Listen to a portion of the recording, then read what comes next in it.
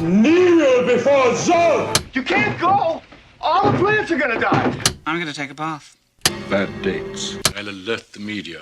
Boys, keep off the moors. It's evil! Don't touch it! The name's Pliskin. No more hangers!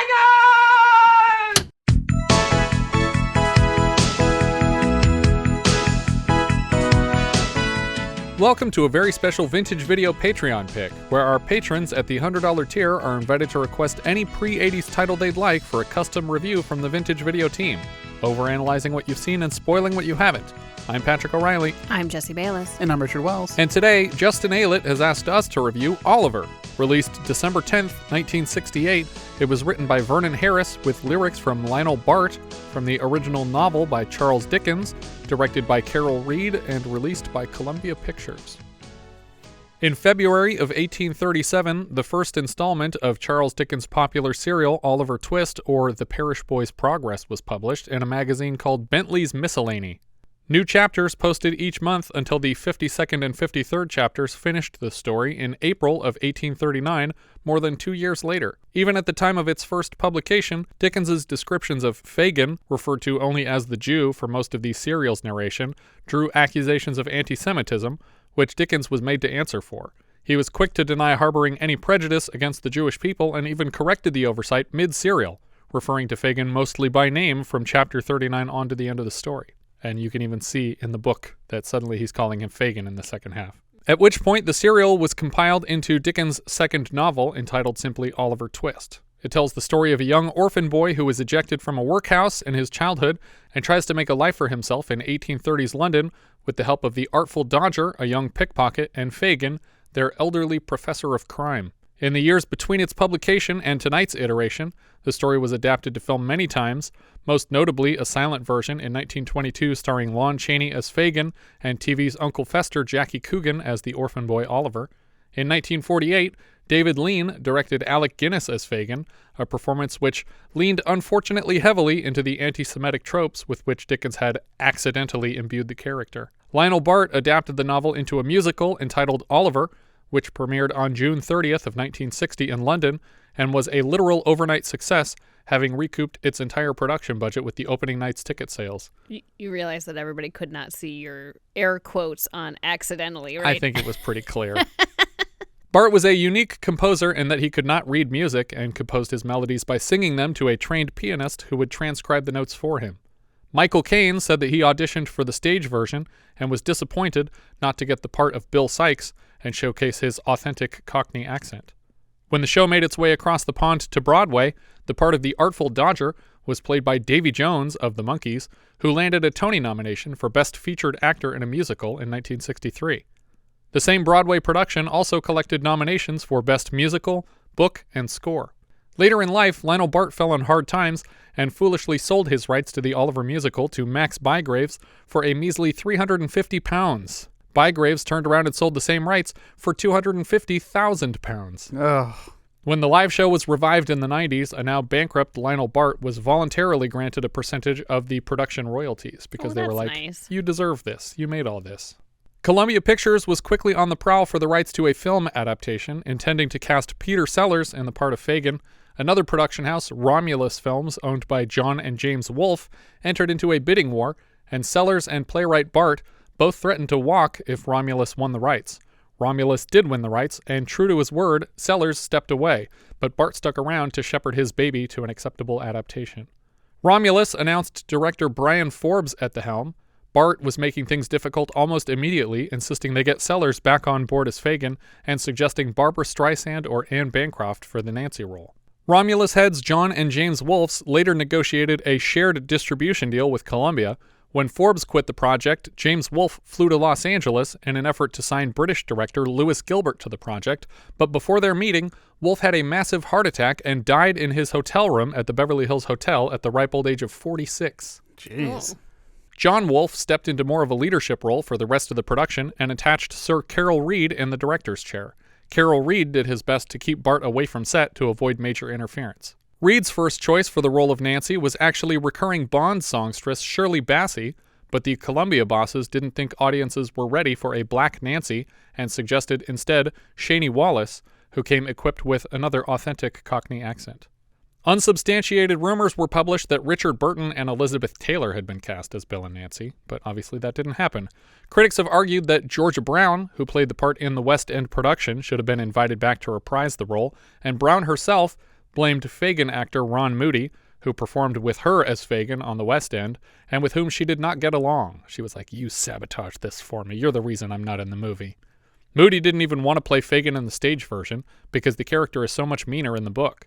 When the time came to cast the film Fagin, Moody was only considered after Peters, Sellers, and O'Toole turned it down. Also on the studio shortlist were Manchurian candidate Lawrence Harvey and Dick Van Dyke, potentially opposite Julie Andrews as Nancy for a mini Mary Poppins reunion. Moody based his Fagin on British comedian/magician Tommy Cooper. Jack Wilde was old enough now to be cast as the Artful Dodger after having played another of Fagin's boys in the London production.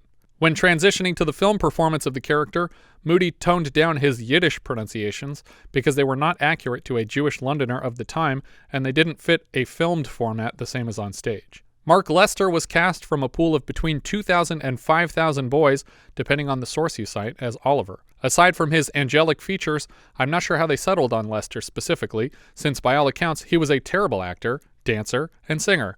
In fact, he couldn't even stay in rhythm with the songs, and all of his singing is actually dubbed over by Kathy Green, daughter of the film's music arranger Johnny Green, after he deemed Lester, quote, tone-deaf and arrhythmic. That's really weird. Yeah. I was also going to say, I don't know, I thought his singing was fine. Right? It wasn't his singing. It wasn't him.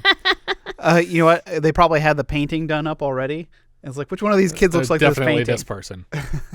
Lester wasn't even allowed to play with the other children on set because the slightest physical exertion changed his entire complexion, and they'd have to sit around for 15 minutes waiting for his rosy cheeks to fade. Oliver Reed was adamant that he did not come to the part of Bill Sikes by way of nepotism, and he was required, as any other actor would be, to audition and submit a screen test to his uncle, director Carol Reed. He was actually first recommended for the part by producer John Wolfe, who had no idea the director and actor were related. The film was shot entirely at Shepperton Studios, and all the sets were constructed original for the film, explaining a budget of over $10 million. The same sets would be reused later for the production of future Dickens adaptation 1970's Scrooge, and later still in Terry Gilliam's Jabberwocky. Oliver was the first British film to utilize video assist, which involved a small video camera mounted above the film camera to approximate the camera's perspective and give the director an idea of the coverage he had. That's pretty awesome. Yeah. With the film's release, Random House published a book of photos from the set that included scenes removed from the film, including one with Oliver's mother and the doctor who delivered him, played by Veronica Page and Henry Kay respectively. The film was nominated for 11 Oscars: Best Actor for Ron Moody, Best Supporting Actor for Jack Wilde, Adapted Screenplay, Cinematography, Costume Design, and Editing, and won 5 for Best Sound, Score, Art Direction, Director, and Best Picture, 1969. It was the first Best Picture with a rating from the MPAA, and as a result, the first and so far last G-rated Best Picture. Amusingly... Wait a minute. Didn't Beauty and the Beast win? Is it not No, G-rated? it was nominated. It was nominated, didn't win. Yeah. Okay. What won that year? I don't remember. What year was that? 93, 94? 94, I think. 94 would have been Forrest Gump. That sounds about right. Amusingly, it was followed by the first and so far last X-rated Best Picture for Midnight Cowboy.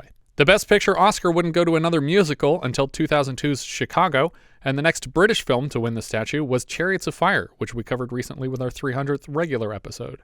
It was 91. So, Unforgiven? Dances with Wolves. Oh, Unforgiven was 90? 90? I think Unforgiven was 90. Or 92? 92. What was 90? Silence of the Lambs? That was 91, wasn't it? No, she just said... I just said Dances with Wolves was. 1990 Best Picture was Driving Miss Daisy. We're really bad at this Best Picture thing. No, 93 was Schindler's List. Oh, we're going for the year after. Yeah, so that's the thing with the Oscars is that it's... The number is the year after the movie came out. Yeah. At the Oscar ceremony, Jack Albertson had won in the same category with Jack Wilde's Artful Dodger and took the boy aside to confess that he felt Wilde's was the better performance. After winning the Best Director Oscar, Carol Reed was approached by Charlton Heston, with whom he'd collaborated on The Agony and the Ecstasy, and Heston gifted him a copy of Charles Dickens' Oliver Twist with an authentic, handwritten letter from the author inside. Oh. That's pretty cool. Do not sell this. Yeah. Carol Reed. How did he know I would exist? He died 100,000 years ago. After this musical version, the two best-known adaptations are probably the animated musical Oliver and Company and then Roman Polanski's 2005 adaptation, but I'll discuss changes from the book and the other 4 versions of the film at the end. The only version I'd ever seen prior to this one was definitely Oliver and Company. Yeah, that's the one that people our age would have seen, but I'm saying there are 4 other known versions, 2 before and 2 after, that people still talk about. There's also a lot of connections between this and All Dogs Go to Heaven, which I feel is there? Well, it deals with a crook using a child to one to pick pockets. That's a common trope, though, isn't it? But to be fair, I always got those 2 movies mixed up because I didn't really know the story of Oliver Twist before. And they're both Don Bluth, right? Yeah. Is Don Bluth related no. to Oliver and Company? No, sorry. Oliver and Company Company is Disney. Oh, okay. Yeah. But yeah, All Dogs Go to Heaven is Don Bluth. But well, Don Bluth worked for Disney also. He did, but not at that time. Yeah, not at that time. But like, I always got those 2 confused because they did have similar things happening. And they both movies. had Dom DeLuise. And they both have anthropomorphic animals on the street, getting by. That makes sense. They both had street savoir-faire. Mm-hmm. This might be the first film we've covered with an actual overture, a full medley of the entire instrumental score over black. Next, we are treated to intricately illustrated scenes of London at the time our story takes place. The title card Oliver appears with an exclamation mark as a shorthand indicator that this is a musical adaptation. That's just a thing that people do. They put an exclamation mark and it means we're singing the title. Okay. These illustrations were provided by artist Graham Barclay. Aside from depicting London in general, the illustrations don't actually portray moments from the film, as you might expect, the one exception being the final illustration of a workhouse for paupers and orphans. We cut inside where a row of children power a mill with their feet. Grains are ground to powder by their efforts. Okay, it reminds me of the lift from Fury Road. Sure, yeah. It's got all the kids up on the thing, cranking it, grinding it away. Yeah. Mr. Bumble, the beetle, leads the governors through the food hall, and once they've cleared the room, a bell is rung to summon the orphans to their daily gruel. The first words we hear in the film are the lyrics to the opening song, Food, Glorious Food. The children all fantasize about the meals they wish they were having. Is it worth the waiting for? If we live till 84, all we ever get is gruel. Every day we say our prayer. Will they change the bill of fare? Still we get the same old gruel. There's not a crust, not a crumb. Can we find, can we beg, can we borrow or cadge? But there's nothing to stop us from getting a thrill when we all close our eyes and imagine food, glorious food, hot sausage and mustard, while we're in the mood, cold jelly and custard, peas, pudding and saveloys. What next is the question? Rich gentlemen have it, boys, indigestion. The opening to this song, to me, sounds like the opening of a Pink Floyd song. Yeah, totally. It feels like another brick in the wall moment. Yeah. They even see some of the good stuff walked past them to the governors, while workhouse employees ladle out big slimy bowls of gruel. Kids watch the fancy meal through a window until the governors wave the urchins away. We hear Oliver's voice in this song, and it doesn't seem to fit his body, because as we mentioned, he's been dubbed. I don't recall if the phrase food, glorious food appears in the novel, but I did notice it in one of the title cards from the 1922 silent film version of the story. When Mr. Bumble clacks his scepter against the ground, the kids very quickly shovel all the gruel into their mouths. At one table, the kids draw straws to determine who will be sent to ask for more. Oliver walks out and carries a bowl to Mr. Bumble. Well, Oliver draws the long straw? Yeah, and that's the one that gets him in trouble. Usually the short straw is the problem. I didn't quite understand this game. But it seemed like they had played before. Like they all knew what was going on. Right. But the guy seems awful surprised when Oliver asks for more. I think he's this surprised every time. That's why he's so furious, because we just went over this yesterday. Oliver walks out carrying a bowl to Mr. Bumble before asking the fateful question. Please, sir, I want some more. What? Please, sir. I want some more. More? Mr. Bumble is so furious at this child's indignation that he orders Oliver apprehended, and all the kids join in the chase, even though they sent him to ask the question. Yeah, they're like kicking him under the table to stop him. Yeah, I don't get why everyone hates Oliver, but this is just like That's one just of those a jail thing. Yeah, this is one of those movies where everyone hates the main character for no reason. Yeah, but it's also like a Stanford prison experiment where it's like, I'm not the one being victimized, so go ahead, beat him up. Mr. Bumble asks the boy's name and learns this is Oliver Twist, who he named himself. In other versions of the story, specifically the 1922 and 2005 versions, Bumble only gave him his surname, something he assigned to each new child in alphabetical order like hurricanes. How comes an orphan to have any name at all? I invented it. You, Mr. Bumble? I, Mr. Sowerberry. I name all our foundlings in alphabetical order. The last was S. Swubble, I named him. This was a T. Twist, I named him. Next one as comes will be Unwin, and the next Vilkins. I've got names ready all through the alphabet, right up to Z. Boy, you're quite a literary character, sir. Well. He drags Oliver around the workhouse by the ear. The first time actor Harry Secombe went to grab Mark Lester's ear and gave it a good tug, it came off in his hand. A prank on the Mr. Bumble actor perpetrated by the crew. He considers reporting the boy to the governors, but realizes it will only get him in trouble. They will lay the blame on the one who named him.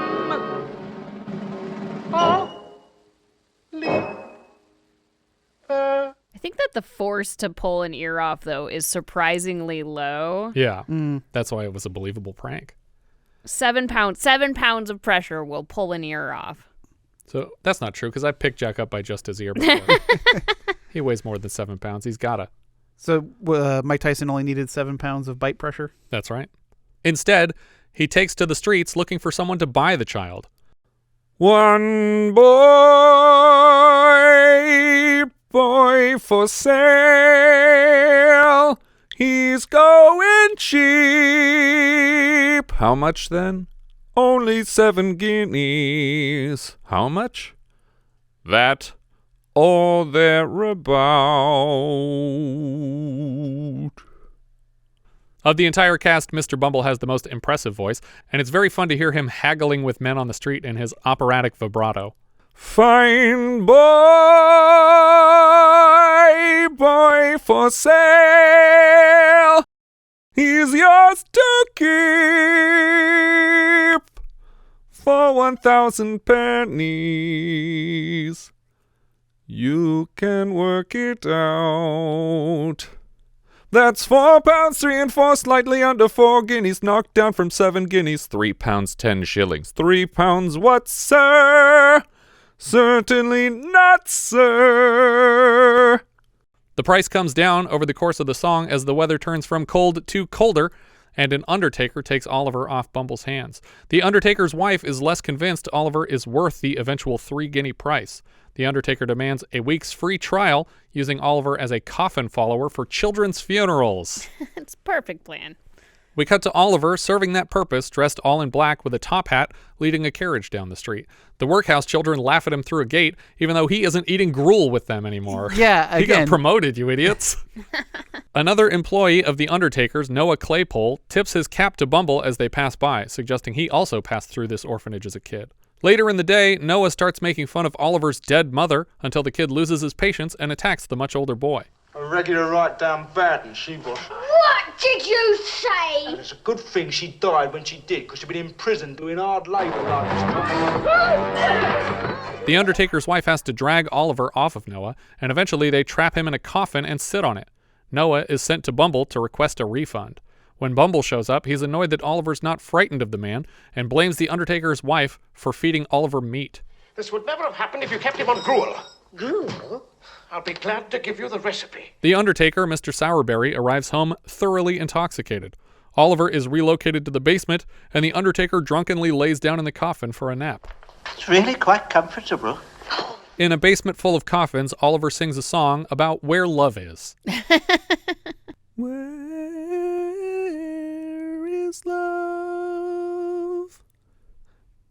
Does it fall from skies above? Is it underneath the willow tree that I've been dreaming of? Lester's tears in this scene were reportedly conjured via diced onions when the child actor himself couldn't summon them. When Oliver leans against a grate in the wall at the end of the song, it slides loose from the frame and he runs away. We see him trudging through rain on the side of a muddy road 42 miles from London. He tries to hitch a ride on a passing carriage that doesn't stop for him. Later, he buries himself in hay on the side of the road to survive a cold night. The next day, a man towing vegetables to market is asleep at the reins, so Oliver hitches a ride in a basket of cabbage. He emerges from the produce when they reach London proper, and we get our first look at the incredible stage built entirely for the film. Multiple city blocks of mid-19th century London. Full-scale operational train tracks. It's crazy. Why? I don't know why, but it looks great. Yeah. Oliver notices the Artful Dodger walking through town picking a target. They split some stolen bread rolls, and Oliver explains that he's come here to make his fortune. When Dodger learns that Oliver has no money or place to stay, he offers up free lodgings. He even sings a song to make Oliver feel welcome in their shared living situation. If it should chance to be, we should see some harder days. Empty larder days, why grouse? Always a chance we'll meet somebody to foot the bill. Then the drinks are on the house. Consider yourself our mate. We don't want to have no fuss, for after some consideration we can state, consider yourself one of us. A quartet of dancing bobbies pass them during the song, and Dodger and Oliver hide from the men as they continue singing. In a back alley, the boys walk directly through a freshly bisected rack of ribs behind a large meat company, and then they watch a troop of men dancing and tossing more cuts of meat around and occasionally rolling over the floor with them. Yeah, this is a little unhygienic. This is getting a lot of dirt on this meat. Well, you're going to cook it. Yeah, I guess. I guess it's okay to just put dirt on your food and then cook the dirt. There you go. Gives it a nice earthy flavor.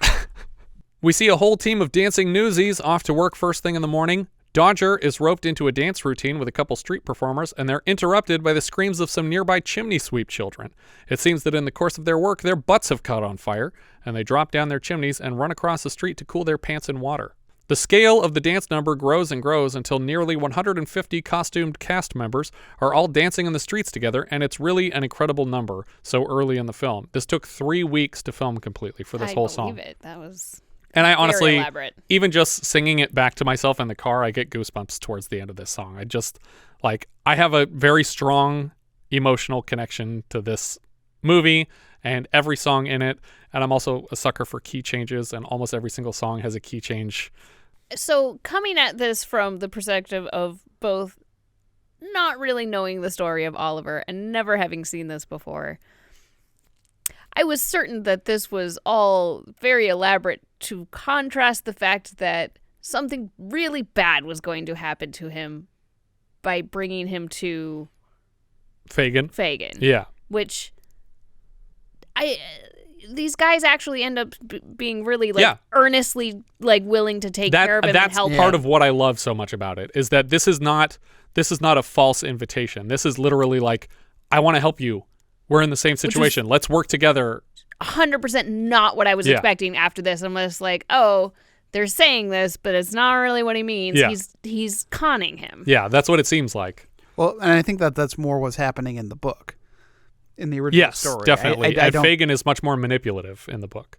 This song was actually written for use in a film called Tommy the Toreador, but Bart took it back to use it in his Oliver stage musical. When the song ends, Dodger leads Oliver through a hole in a wall to the sunken, rotting back alleys of London. It's all rickety wooden staircases and swampy trenches, with giant beams holding up the city structures from the back so they don't fall over into the back alley. Oliver is led to a top-floor room full of children smoking and playing cards. They all go silent when he arrives. Very quickly, Oliver is relieved of his possessions by the other boys and has to wrestle them back. Fagin has just cooked up a plate of sausages for the boys, which is the same meal we see the team of thieves splitting at the start of Oliver and Company 20 years later. That's true. How are those sausages coming, Fagin? 3 minutes Turkish. Unfortunately, the sausages don't seem to be the best quality. These sausages are mouldy! Shut up and drink your gin! It's a fun thing to say to a 7-year-old. Well, I mean, in retrospect, it makes sense. Like, yeah, the gin will kill whatever Yeah. is growing in here. Despite 6 months of pre-production rehearsals, Mark Lester said he didn't even recognize Ron Moody in his Fagin makeup on set.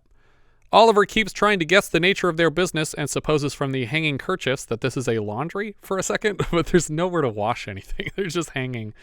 Fagin explains if you want to make money, you have to take it from people, and he gives Oliver a demonstration. He loads himself up with valuables and then sings a song about the importance of thievery while the kids steal the items back one at a time.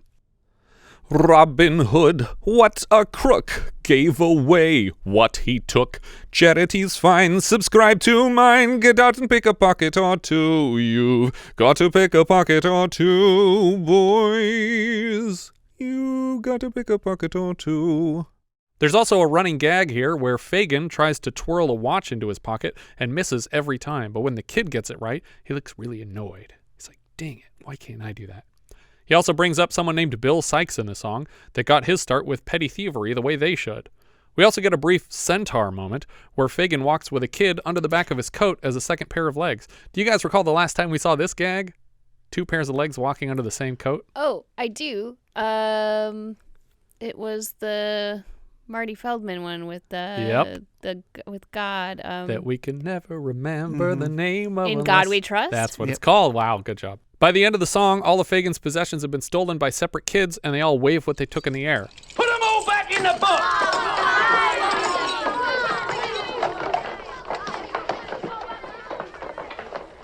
All of them! Fagin tells Oliver to follow Dodger's example if he wants to be successful, like their friend Bill Sikes. He invites Oliver to practice his pickpocketing skill by taking a scarf from his coat. It takes him a while to get a grip on it, and once he does, it's like a magician's scarf tied end to end with several more, and eventually Oliver is yanking them from across the room and falls down some stairs with it. Fagin sends the boys to sleep and finds half a basket for Oliver to lay down in. Once everyone seems asleep, Fagin sneaks out the door, and then one of the boys locks it behind him. Fagin heads out to a nearby crowded bar looking for Bill Sikes. He spots Sikes' dog first, Bullseye, an ugly bull terrier. He rushes up to Bill Sikes, as played by Oliver Reed, to conduct some business. Apparently this dog spent a long time in makeup each day to appear as downtrodden as it does in the film. I just assumed it was a messed up dog. So whoever did the makeup did a good job. I've never seen a dog that had to wear so much makeup. I thought you meant they did a lot of makeup to make the dog sad. No, it looks like it's all scarred and fucked up on its face. I thought it was messed up too. But that's all makeup. That's kind of crazy. They even taped down his tail so that his tail wouldn't keep wagging and giving away that he was really happy on set the whole time. Oh, that's hilarious. Sikes seems to be stealing on a much higher level than Fagin's boys, probably doing home invasions instead of picking pockets. Most impressively, he hands over a tiara and then a bunch of jewelry, silverware, and an enormous ruby. Well, he's pulling like all this stuff out of all of his pockets. Like, he even has like a gravy boat. It's all just in his coat. Yeah. It's amazing he wasn't clanging as he was walking down the street with all of it. So I guess he doesn't fence his own stuff. No, Fagin is the fence. Fagin is the fence. And he only taught these people to steal so that they don't know how to make money on their own without him. Now, was Sikes, was he one of Fagin's boys? Yeah. Okay. And he graduated to home invasions. I feel like, but he's not currently like living amongst them. No, he has his own place. Yeah. But he still returns to Fagin because Fagin is good where at the money comes from. Yeah. Sikes expects payment immediately, but Fagin promises to pay later and reminds Bill that his girlfriend Nancy is waiting for him at the bar. Nancy has a big smile on her face when she sees him and sings a song about how happy she is with him. Small pleasures, who would deny us these? Gin toddies, large measures, no skimping if you'd please. I rough it, I love it, life is a game of chance. I never tire of it, leading a merry dance. If you don't mind having to go without things. It's a fine life, it's a fine life, though it ain't all jolly old pleasure outings. It's a fine life, it's a fine life, when you got someone to love. You forget your care and strife. Let the prudes look down on us, let the wide world frown on us. It's a fine, fine life. The song is loaded with references to the abuse that Nancy suffers at Bill's hand, most blatantly with a reference to her occasional black eyes. It's more like she's trying to convince herself than us. And it's all sung with a big good. smile. And even her friends in the background are like, yeah, just keep smiling, it's great. Before the song even ends, and without having said a word to her, Sikes turns around to leave already, and she follows him away. Back in his hidey hole, Fagin is blown away that the ruby seems to be genuine, and he plucks a small jewelry box from a hidden compartment in a brick wall to hide the gem. Fagin explains out loud to his pet owl that the jewelry is meant as a retirement fund, but he's startled when he notices Oliver watching as well. To get the surprised reaction from Oliver watching, the director stood directly behind camera and then suddenly pulled a rabbit out of his pocket to catch Mark Lester off guard. It's just like, look, a rabbit. Smile, kid. Make a face. They really tried hard to get this kid to act. For every shot with the owl in it, its eyes are pointed fixedly at the director, Carol Reed, off camera, because it would spin its face to look at him the second he shouted action at the beginning of each take. So anytime you see the owl, it's looking right at the director. Oh, that's funny. I thought you were going to tell me, like, similarly, he pulled a rabbit out of his hat to get the owl to look at him. He pulled a rabbit out of the owl. Well, it's like, here's your lunch. Yeah. Right here. After they rapped on the owl, Carol Reed and his wife adopted it, but then they had to donate it to a nearby zoo after it littered their home with the bloody remains of its live meals. There you go. It just leave corpses everywhere. The next morning, Nancy is cooking Bill breakfast, and he says he'll have it for dinner because he's trying to sleep in. He sends her to collect his money from Fagin today. On her way out, she asks for confirmation he loves her. Of course I do. I live with you, don't I? So maybe this is her place, and he's just sleeping in her bed. As she walks through Fagin's place, Oliver is quickly enamored and bows to her. Dodger is jealous of the attention she shows Oliver and offers her a carriage ride. Dodger snaps his fingers, and a group of the boys pretend to be horses and carriage wheels with parasols so that Dodger can escort her around the room on an imaginary carriage ride. They launch into one of my favorite songs from the film, where the boys tell Nancy what they would do for her. I'd do anything for you, dear. Anything for you mean everything to me. I know that I'd go anywhere for your smile. Anywhere for your smile. Everywhere I'd see. At some point in the song, though, the imaginary carriage collapses and it morphs into a song where Nancy is telling Oliver she'd do anything for him, and then he's singing it to her. Oh, plus you're mispronouncing anything. It's anything. Anything. Anything. I was actually thinking that even in the track listing, it should be called Anything, because that's what they're always saying. The song gets louder and louder and more maniacal as Fagin struggles to manage his bookkeeping. Eventually, we see him throw down his pen and plug his ears to mask the noise. And just when you think his temper will burst, he leaps onto the dance floor with a parasol and a feather in his hair, and the song changes again, so that now Dodger and the boys are singing to Fagin about all the things they'd do for him. Would you rob a shop? Anything. Would you risk the drop? Anything. Though your eyes go pop? Anything. When you come down plop? And everything we'd risk, life and limb, to keep you in the swim. Yeah, we'd do anything. Anything for you. When the song ends, Nancy reminds Fagin that he owes Bill money and she's here to collect. Dodger tries to dig through Nancy's basket and she shoves him away before Fagin kicks him to the floor. What was that for? For getting caught. I was only practicing. Dodger tells Fagin he plans to take Oliver out on the streets today, and Fagin gives Dodger strict instructions to keep the kids safe on his first day. He sings a song to the boys, reminding them how much he cares for them all, and that they're free to get to work, but to please make it home safely each night. You can go, but be back soon. You can go, but bring back plenty of wallets full of cash. Don't wanna see any trash. Whip 'em quick and be back soon. Only thick ones now, not empty. Get rich this afternoon. Be back soon. But I just love that in this song he's like, I love you, that's why I say cheerio, not goodbye. Like he's just admitting, I love you guys, I care a lot about you, please come home. And later in the film they make it clear that he feels terrible that other people have to do the stealing for him. He doesn't like making these kids do this stuff, and he's worried about them the whole time they're gone.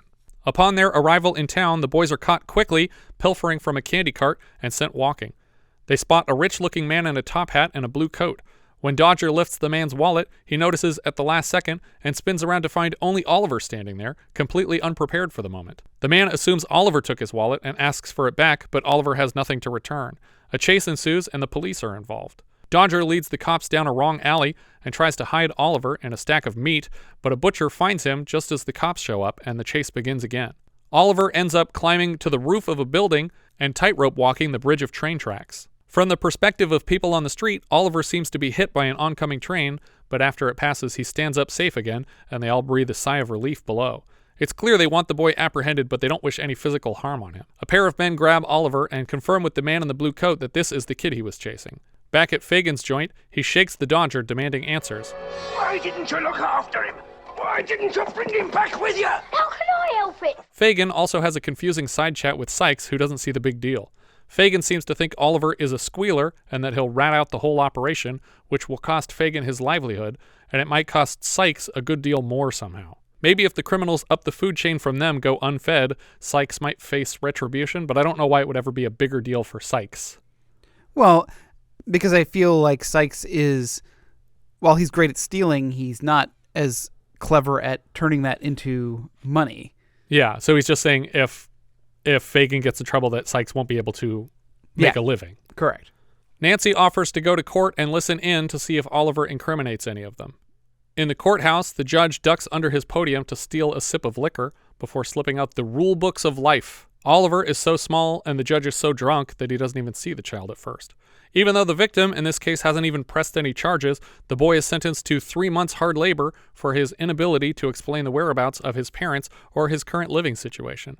The man in the blue coat is furious to see the boy treated so shamefully, and a witness comes forward from the back of the room to belatedly confess that he saw the crime take place, and it wasn't Oliver at all, but 2 other boys. 2 other boys stole Mr. Brownlow's wallet. This child had nothing to do with it. But sentence has been passed, hasn't it? Like the judge is so drunk he doesn't know how far they are into the process. Nancy returns to Fagin and the boys with the good news. Oliver kept his mouth shut and the case was dismissed. The man in the blue coat offers to take Oliver home with him to look after the boy. Fagin instructs Dodger to follow the carriage away so they know where Oliver ends up. So this is another, when I was mentioning earlier about All Dogs Go to Heaven, is that they're trying to steal wallets from people on the street and using Anne-Marie as a distraction. And she gets in trouble. She gets in trouble, and then the couple takes her home. Right. Which actually, the voice of Anne-Marie didn't he try to adopt her? Don Bluth? Don Bluth tried to adopt her? Yeah, they tried to get her out of that. So it's a very similar situation. She was like living the actual character's life almost. Yeah. But unfortunately, she didn't even live to see that movie. We fade from this carriage ride to an intermission card and another overture for the second half. We fade back into Oliver asleep in a big bed in a nice home. A maid enters the room and opens the curtains and a window. Sing-songy voices drift in the window from the marketplace below. At first, it's a single woman selling flowers to nobody, but she's joined quickly by milkmaids and then strawberries, eggs, knife grindings, etc. This song is pretty long and doesn't provide a lot to the story, but because I watched this movie on loop as a kid, it hits me right in the heart the whole time. Like, it just the voices echoing in my head. I was just like, oh my God, I forgot this song, and it's all coming back to me as they sing it. Well, I figure it's one of those songs that, like, they just had intermission. People are still coming back, and this way they won't miss any plot, but they're kind of coming into like fanfare and. But it's also such an expensive sequence. Yeah. Oliver watches the chorus of voices from his balcony and then adds a verse of his own. Bloomsbury Square was recreated in its entirety within Shepperton Studios for this sequence, and it took a full 6 weeks to film. The entire park in the middle, all the buildings the whole way around it were completely built for this sequence. That's crazy. It does seem kind of excessive. Halfway through the song, separate classes of boys and girls march into the park together and dance for a bit until the boys all push the girls into a fountain and then they all cry. The song wraps up with a marching band. I would have liked for there to have been a willow tree in this park in the middle, because when he's singing the song earlier, he says, Is it underneath the willow tree that I've been dreaming of? And it would be like, oh, he's remembering the willow tree from outside the home that he used to live in but doesn't remember yet. The ending of the song is punctuated with a punch zoom on Sikes and Dodger watching Oliver on the balcony from a nearby park. Fagin and Sikes pressure Nancy to kidnap the boy from his current protectors. Fagin implies that Sikes would certainly be hung if Oliver ever decided to sell them out. When Nancy repeatedly refuses to go and take the boy back, Sikes slaps her hard to the ground. Wallis almost badly injured herself in the fall here, narrowly missing cracking her head on a bench. Later, Nancy leaves Fagin's place alone and sings a song about how, cruel as he is, Sikes needs her love to survive, and she will stay to provide it. Do you remember the last time? We had a song that a woman sang about a man needing her. Yeah, heavily featuring He Needs Me. Just you. Oh, you're asking me? Yeah, it was an Olive Oil sang it and Popeye. That's right. And all at once I knew at once, I knew he needed me. We cut to a boy knocking on Mr. Brownlow's door, that's the man in the blue coat, to deliver some books. When Brownlow mentions that he has books to return, Oliver offers to return them for the man since he knows where the bookshop is. Brownlow agrees and even sends along a £5 note expecting 10 shillings change on a debt he owes the bookshop owner. When he gives Oliver these instructions, he is shaken by an observation, and we see his POV zooming into a painting on the wall of a woman with similar features to Oliver. She's a very pretty lady, isn't she, sir? Yes. Pretty is a strong word. I might have gone with giraffe-like. Somehow the neck on this painting looks 2 feet long. I don't get why this wouldn't have been a painting of a normal human-shaped person with Oliver's face but long hair. Well, I think it does look a lot like Oliver. It is. It is just Oliver's face with long hair. It totally is. So that's what you were saying earlier, Richard, that they bothered to cast him because they painted this first and then just walked around and they're like, yeah, this one matches. Let's do this one. Which is probably also why they cut the scene with his mother earlier when she didn't look like this painting. Do you see a likeness to the lad? But that's your niece, isn't it? That's what I mean. Wasn't she the girl Who ran away?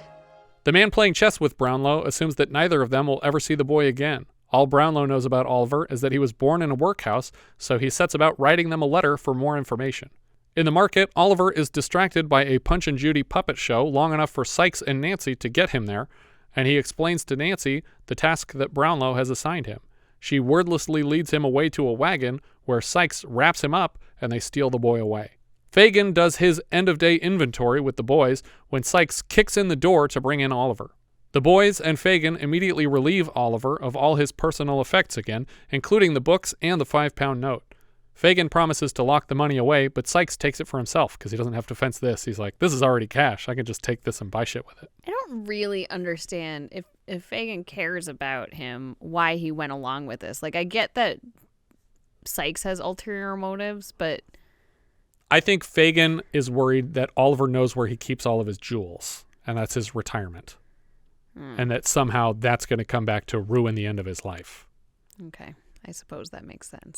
Because that's not a part of every version of the story, and so I think that is what they were leaning on heavily to be like, this is Fagin's motivation for getting the boy back, is his own retirement. But in other versions where he's nasty, it's just... There's a very clear explanation in later versions that I'll cover when we get to the other incarnations. Oliver warns Sikes that Brownlow will come after him to get his money back, and Sikes tries to whip the boy with his belt, but Nancy and Fagin wrestle Oliver away from him. Nancy tells Sikes that if he dares lay a finger on Oliver, that she'll go to the cops and sell them all up the river herself. Do you know who you are? And what you are? You don't have to tell me. Which is the only hint in the whole film that we get that she's a prostitute, because otherwise you would think that she's just a barmaid that works downstairs at the bar. She leaves, and Sikes reminds Fagin that they need a plan in place if Oliver ever does rat on them. If he has, the little devil, we sit down, we talk it over, we think it out, we decide upon a proper course of safe action, we stay calm! He's like screaming it.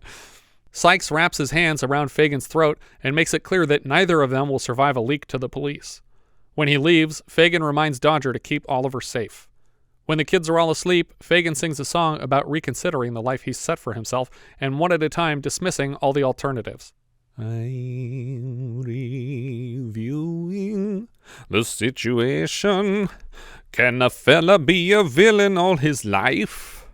All the trials and tribulations. Better settle down and get myself a wife. And a wife would cook and sew for me and come for me and go for me and go for me and nag at me. The finger she would wag at me, the money she will take from me, a misery she'd make for me. I think I better think it out again. In response to Mr. Brownlow's letter, Mr. Bumble and his wife have arrived to deliver a locket left at the workhouse among Oliver's effects that he inherited from the mother he lost in childbirth. Brownlow recognizes the locket that he gifted his niece on her 18th birthday. He's furious that they've waited until now to present the evidence and promises to have Bumble removed from his parochial office. Back at Bill and Nancy's place, she and Oliver watch Sikes pack for a job. Turns out, Bill has a job in mind and needs a small accomplice. He threatens to kill Oliver if he doesn't comply or resists too loudly. Nancy begs Bill not to use Oliver this way, but he takes the kid anyway. Later that day, Nancy rushes out to Brownlow's to warn him that Oliver is in danger. She promises to return Oliver to the man on London Bridge at midnight. She refuses to name the co-kidnapper before she leaves.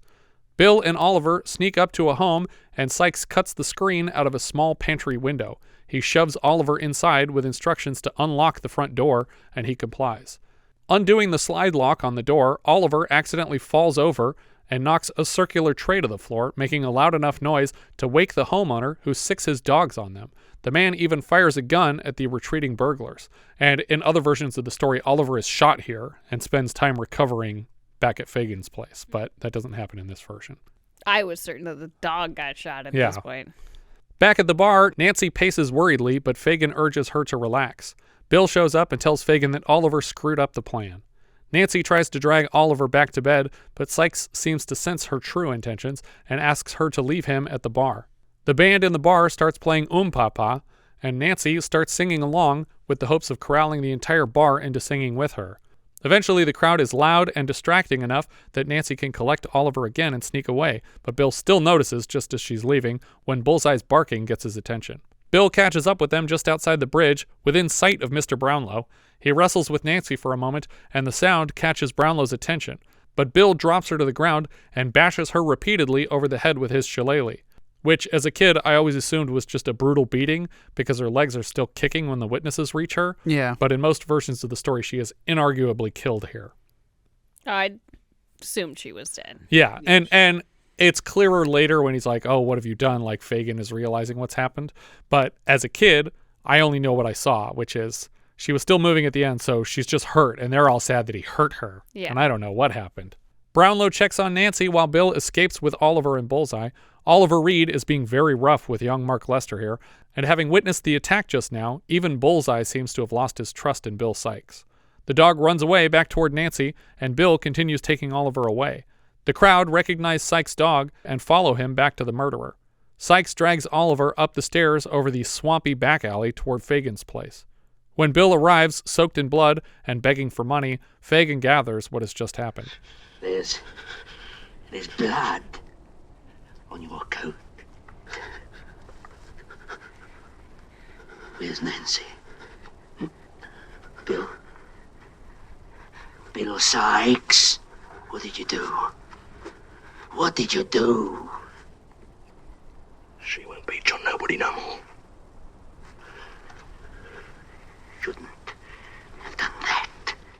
Bill takes all the money Fagin has on him before turning to run. Bullseye is leading an angry crowd right here, so Fagin rushes the boys out. Quick, boys! All of you! We're changing lodgings! When Sikes leaves again, he brings Oliver with him as a hostage. Sikes is heartbroken to see Bullseye has turned on him as the crowd climbs the stairs toward him. The support beams sink into the muddy stream and the whole platform collapses under them because there's too many people coming at the same time. Bill has to kick in the window of another building to keep himself from falling. Fagin is the last to abandon his post, and he pulls all the bricks out of the wall to retrieve his retirement fund. As he runs across a bridge, he trips and spills his entire life savings in jewels and gems into the brown sludge. And it's an amazing shot of all these gems hitting the surface and then just disappearing in the black ooze. He's like digging through it and he just can't get anything back. Sikes and Oliver come to another dead end on a platform out over an alley. There's a beam sticking straight out from above them, and Sikes makes a plan to hang a rope from the beam and then swing across to the next building. But when he can't climb up to hang the rope, he sends Oliver. Oliver gets the rope in place, and after a couple attempts, Sikes is able to swing fully across, but a man on the ground floor gets a shot off and hits Sikes before he can escape, and the man's body swings limply back and forth across the gap between the buildings. It looks like Oliver Reed cracks his ribs pretty hard against the platform he jumped from, but he's playing dead, so he can't react to it. Yeah. But he hits it really hard. In the crowd below, Dodger seems to hang his head in mourning, but then we notice he's actually just spotting a man's wallet within reach, and he snatches it. Fagin is out on the street alone, walking in the light of an early morning sunrise, and starts reviewing the situation again, until the Artful Dodger steps out to interrupt. He presents Fagin with the wallet he just snagged, and Fagin inspects the merchandise. The two dance off into the sunrise. We dissolve to Brownlow, bringing Oliver back to his rightful home. We dip to black before another wide shot of the alley from the Consider Yourself song as credits roll. The end. That's Oliver. From the novel, in the book, we start with Oliver's birth to an anonymous woman who shows up at the workhouse. The biggest change from the novel to this adaptation is the removal of Oliver's half-brother Monks, who stands to inherit the entire family fortune in Oliver's absence. As the novel goes, Monks keeps an eye on Oliver the entire time and pays Fagin to keep the boy hidden so that he can take the money. That makes sense. The musical wrote this character out because it was decided that Sikes is enough of a villain on his own. Fagin is a much more villainous character as well, with less of a personal interest in the well-being of his boys. At the novel's end, the Artful Dodger is arrested and imprisoned, and Fagin is hung. Oh. In the play, at the end of the stage play version, Fagin sings his reprise of reviewing the situation and then decides against a life of crime. So the ending of the film version is essentially a parody of that ending, where Fagin's escape into a righteous life is interrupted by the reappearance of his partner in crime, the Artful Dodger. So audiences who had seen it on stage would be like, oh, this is the part where he leaves, and they're like, oh, the Artful Dodger came back and was like, no, we're both going to stay criminals. We're going to do this forever. In the 1922 version, we have Lon Chaney as Fagin and Jackie Coogan as Oliver. It was directed by Frank Lloyd. It has a cute little dream sequence during the Glorious Food titles where Oliver is sleeping and dreaming about food, and there's an animated spoon and bowl of spaghetti dancing above his head. It's only 3 frames of animation that are just looping, but I was surprised to see that comped in over his head while he sleeps. Was it a Universal thing? Do you know what studio did it? I don't remember what studio did it. It just makes me think about the studio tour we just took and how they talked about that time period that they were looking for inspiration. So that's why they did all the monster films, because they were all stories in the public domain, like Dracula and Frankenstein. Well, that makes sense. And Lon Chaney was a big Universal player. So. That's what I was thinking. Was this was probably also public domain. Yeah, definitely. It's also funny that I noticed in the 1922 version that the title cards with the dialogue occasionally included the actor's name at the bottom, so you know which character is talking in the scene. You might expect the characters' names, but I guess the filmmakers trusted audiences enough to know the actors' names in the scene, because it would be like Lon Chaney at the bottom corner. And I was like, that's weird. Well, crediting it to that character. It wasn't like Lon Chaney was known as an identifiable person. Well, I just mean if you're watching a movie and he's playing a character named Fagin in a story that you already know, you would expect it to just say Fagin. Right, but isn't Lon Chaney known as the man of 1,000 faces? Right, exactly. Yeah. it's impossible to recognize him. Yeah, it's I wouldn't know him if I saw him. There is an insanely dark moment at the end. So when Bill Sikes jumps off the building and he gets, in that version, he's hung by the neck instead of being hung around the waist. So he actually hangs himself, even though the whole film he's had a fear of being hung because he thought that would happen to him for stealing. And here he accidentally hangs himself, slipping off the roof. But his dog watches him hanging there for a while and then jumps off with him to die. So they just watch this dog jump off a building and splatter on the concrete under him. Obviously, they don't show the dog hit the ground, but you just see the people watch it and then turn away in disgust. In the 1948 version, we have Robert Newton as Sikes and Alec Guinness as Fagin from director David Lean. When Sikes takes Oliver hostage for cover from the angry crowd, that's not from the original story, and director Carol Reed basically borrowed that scene whole cloth from the 1948 version, and this was a contribution that David Lean felt he deserved some recognition for in the credits. He was a little bothered that they reused the scene exactly. And 57 years later, Roman Polanski also borrowed the scene for the 2005 adaptation. In the 1988 Oliver and Company, this was Disney's animated version, which recasts all the characters as cats and dogs in modern-day New York, featuring the voices of Joey Lawrence as Oliver, Billy Joel as Dodger, Cheech Marin, Bette Midler, Dom DeLuise as Fagin, and Robert Loggia as Bill Sikes. But in that, the disconnect between Sikes and Fagin in Oliver Company seems so much more extreme than it does in this movie. Yeah, because Bill Sikes is like a huge businessman who owns a bunch of companies, and Fagin is like just a guy who's renting a dock from him. Yeah.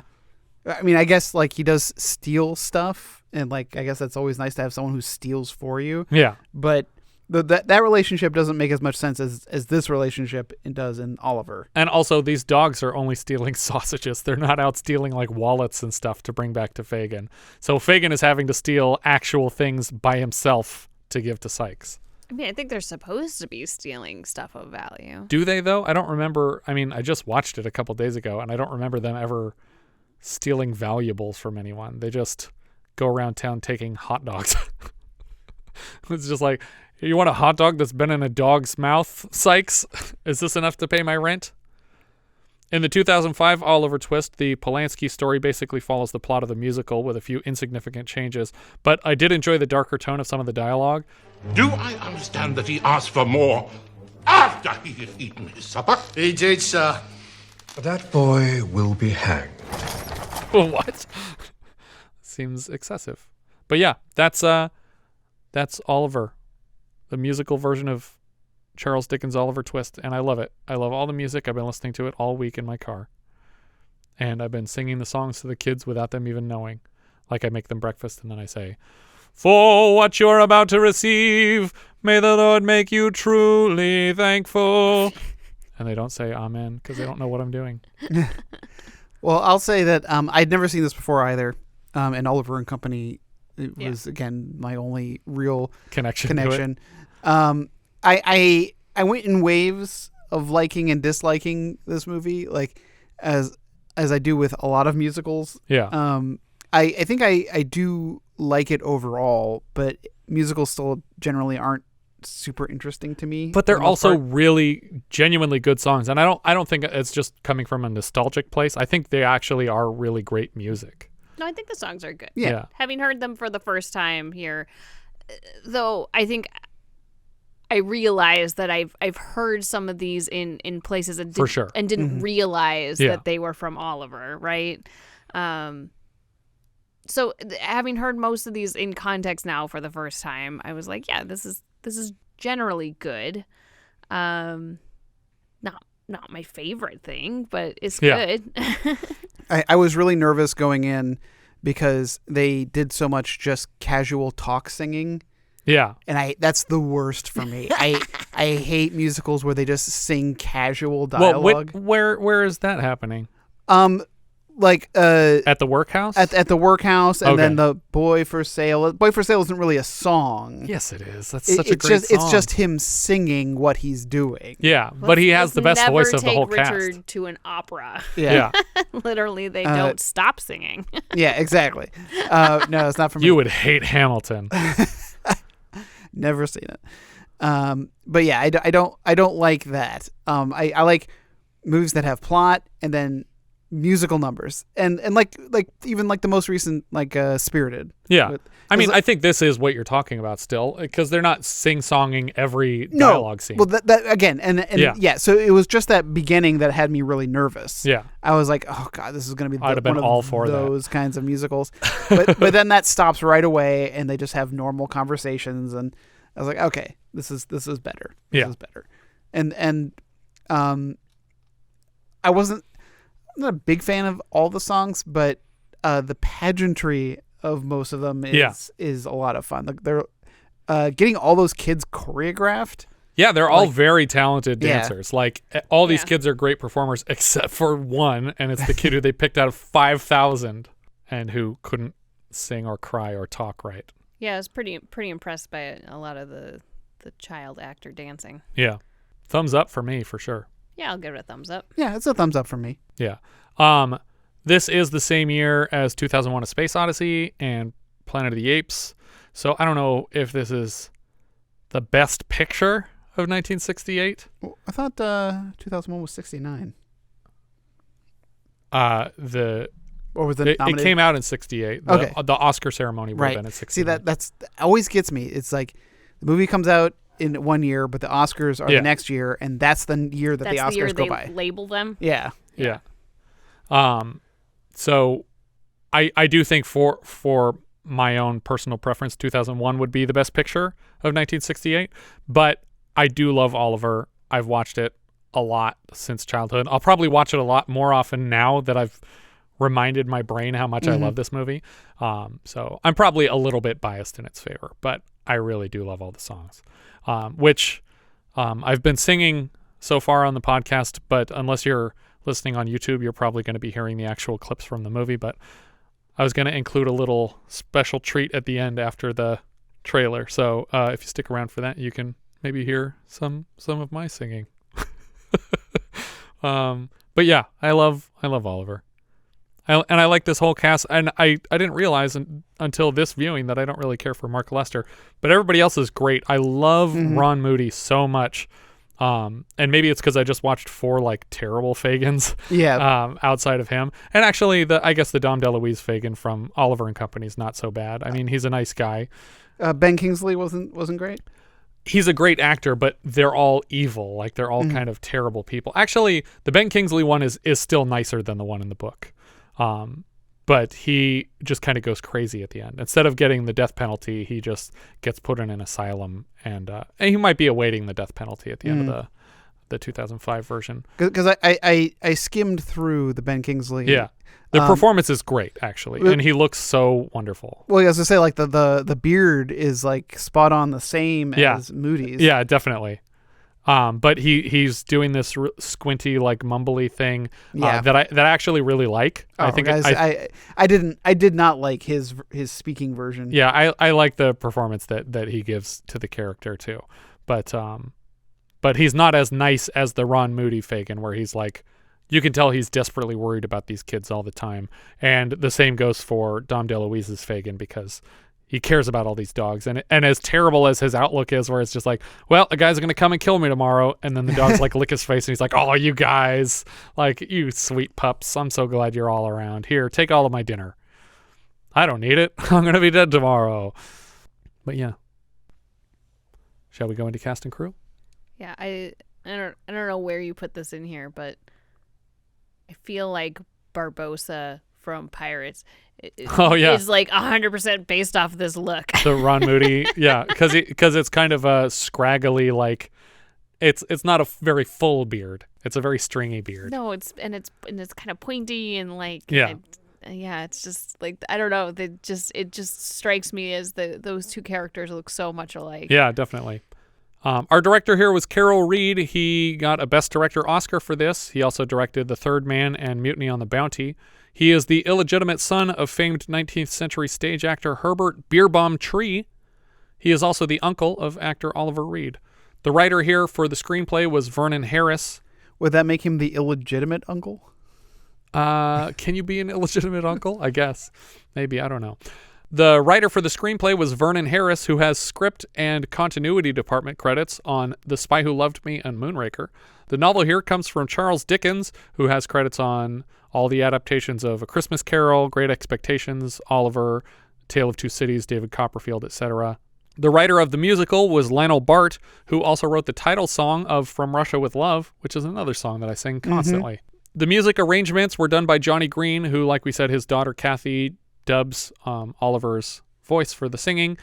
He has Oscar nominations for Fiesta, The Great Caruso, Strauss Fantasy, High Society, Meet Me in Las Vegas, Raintree County, Pepe, Bye Bye Birdie, and They Shoot Horses, Don't They? And he has 5 Oscar wins for Easter Parade, An American in Paris, Overture to the Merry Wives of Windsor, West Side Story, and this. Speaking of overtures, I think it was a really interesting choice in here to do the whole overture at the beginning and at the That's how most intermission. movies used to do it. That I've seen 2001 at the Cinerama Dome, and they did that. They did a full 5-minute overture Yep. with it, which before the movie and at the intermission. That is very much what you do for a musical, right? Exactly. While people are filtering in, Mhm. you do your overture, so people have time to sit down and and then your lights come up and you start your thing. But it's a little unusual, I think, to do it in a movie. But they just like you are over black, and I was almost certain in this movie that I'm like, oh, something's wrong with the picture here because I'm seeing nothing for this whole overture. No, it's an old-fashioned way to do it, but these movies that are almost 3 hours long, that was how they broke it up for audiences so people could hit the restroom and come back and finish the movie. Even Star Trek: The Motion Picture in '79 did a full overture of Ilya's theme before the movie starts. But so they're like, you're slowly zooming into a spaceship, and then they stop for 20 minutes, and you come back and you're just slowly zooming into a spaceship again for the second half of the movie. That happens a lot in Star Trek: The Motion Picture. But at least for the motion picture, you're not over black, you're over a star field. Oh, okay. Yeah, which I thought was an interesting choice here to do it over black, almost like you're in a theater and you're not seeing anything yet. Yeah, no, it's definitely built to be that way so that you're not missing anything. There's just music to get you back into the story. Cinematographer Oswald Morris was the DP on the 56 Moby Dick, The Guns of Navarone, Lolita, The Taming of the Shrew, and after this, Scrooge, Fiddler on the Roof, Sleuth, Man with the Golden Gun, and Equus. And so far on the show, we've had him for The Wiz, Just Tell Me What You Want, and The Great Muppet Caper. We'll see him next for his final credit in The Dark Crystal. Editor Ralph Kemplin previously cut The African Queen, Moulin Rouge, Day of the Jackal, The Omen, The Great Muppet Caper, and The Dark Crystal. Ron Moody played Fagin here. He was Prime Minister Rupert Mountjoy in The Mouse on the Moon and Vorobyaninov in Mel Brooks' The 12 Chairs. Shani Wallis played Nancy. She was Lady Mouse in The Great Mouse Detective. Oliver Reed played Bill Sikes. He appeared earlier this season in the dual role of Dr. Heckle and Mr. Hype for a minisode review and in a Patreon request for Burnt Offerings. We've also seen him in Lion of the Desert and Condor Man. He was in The Devils, which lost our Patreon poll for that month, and The Who's Tommy, but as I've explained on this show before, my favorite role from him has to be Vulcan in Terry Gilliam's The Adventures of Baron Munchausen. He's also in The Brood, Gore, and The Pit and the Pendulum, and the character of Bill Sikes has a song called My Name in the stage version, but it was cut out after concerns that Oliver Reed's singing might not be up to snuff. It's actually hard to make the song sound good because Bill Sikes' voice is gravelly and the whole song is sung very low, so it's hard to maintain a note in it, but there you go. Actually, it's funny too because we mentioned that Terry Gilliam reused the sets for Jabberwocky, and also whenever the horns started before she starts singing It's a Fine Life, when it's like da da da da da da da da da, it would always remind me of the What Will Become of the Baron. But it's different notes, but close enough that it was familiar. Harry Secombe played Mr. Bumble, or Bumble. He's Bjornstern Bjornsson in Song of Norway and Stanley Evans in Sunstruck. He was also in the cast of The Goon Show with Spike Milligan and Peter Sellers, where they got their starts. His son, Andy Secombe, does the voice of Watto in The Phantom Menace, using yet another young boy for slave labor. My trick's gonna work, gonna make all the money. Mark Lester played Oliver. Lester has said that he and all the kids were frightened of Oliver Reed, who remained in character for all of their interactions, by which I mean he acted exactly like Oliver Reed the whole time. What I was going to say. He's in character as himself. He actually murdered Shani Wallis on set. He also plays Joe in Black Beauty and Christopher Coombs in Whoever Slew Auntie Roo. Mark Lester and Jack Wilde would reunite a couple years later, co-starring in Melody, 1971. Mark Lester's pay for this film was put into a trust by his parents, and when he withdrew the money at the age of 18, he went out and bought a Ferrari with it. He now works as an osteopath. He is the godfather and probably biological father of Michael Jackson's children. He donated sperm. He was a sperm donor to the conception of Michael Jackson's children, Paris and Blanket or whatever. And they look like him. You look at side-by-side pictures of them and him. So, was he Michael Jackson's osteopath, and they were just like, "Hey, can I have some of your sperm?" I mean, he looks like the kind of kid that Michael Jackson would hang out with in this movie, right? Doesn't he look like a Macaulay Culkin type? Yeah, he's got that cute little angelic face, and I think Michael Jackson was like, I want to befriend this sweet angelic seeming child, and I want my children to look like that. So can I have your sperm to make children with? Like this is just me trying to decide. There's a lot of weirdness that's going on. Mark Lester has, when he's been asked about it, he says, look, I don't want to talk about this, but regardless of what happened between us, he raised them, so they're his children. And so he kind of like, in a way, is admitting to the fact that he did make this donation to him, and that regardless of whether or not they are his children biologically, they were Michael Jackson's kids, and Michael Jackson raised them, and he's not a part of their family.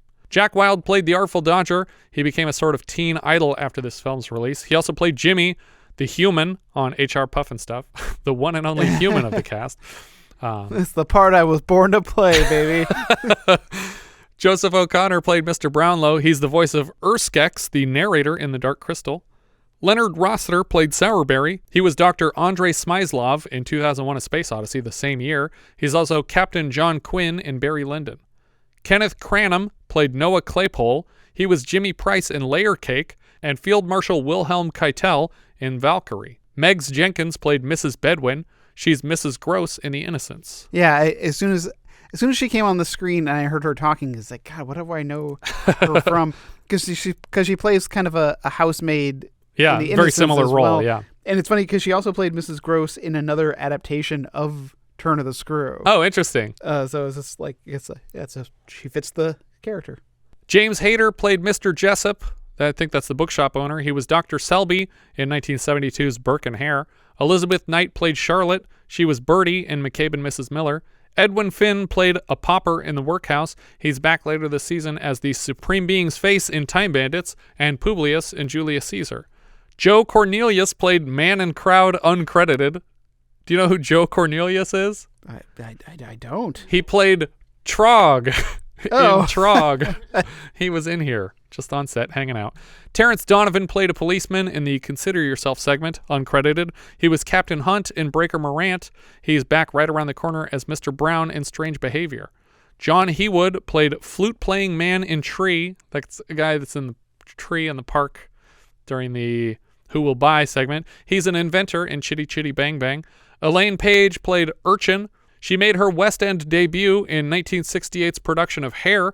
Later, she originated the roles of Eva Perón in Evita and Grisabella in Cats for Andrew Lloyd Webber. As a result, many of her credits are for her recording of Memory from Cats. Oh. Nosher Powell played Man, uncredited. He shows up later in Krull and Willow. Fred Wood plays an onlooker in The Crowd, also uncredited. So far, we've seen him always uncredited in Breaking Glass, Elephant Man, Superman 2, Monster Club, Clash of the Titans, History of the World Part 1, and Dragon Slayer. So he lives, I'm guessing, in Britain somewhere.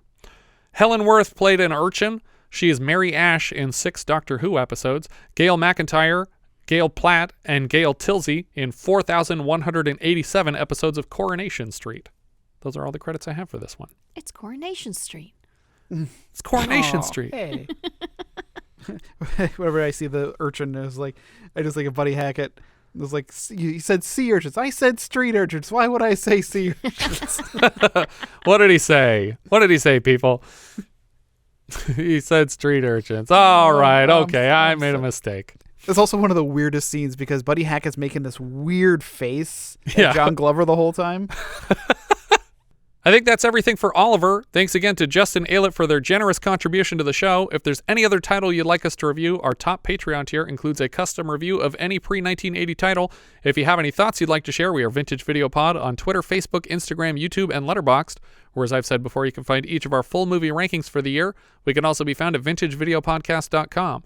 Thank you so much for listening, and I hope you'll join us next time when we'll be discussing whatever you choose. We leave you now with a trailer for Oliver. Please, sir. I want some more. More? The word for Oliver is more. It's much, much more than a musical.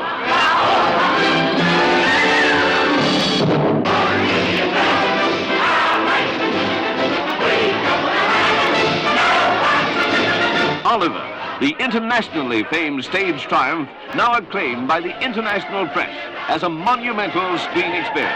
I'm reviewing the situation. Can a fella be a villain all his life? Ron Moody as Fagin. Oliver Reed as Bill Sikes. Harry Secombe as Mr. Bumble. Shani Wallis as Nancy. Mark Lester as Oliver. Jack Wilde as the Artful Dodger. He's gonna be a right little Bill Sikes. You'll hear 14 marvelous numbers, including As Long as He Needs Me and...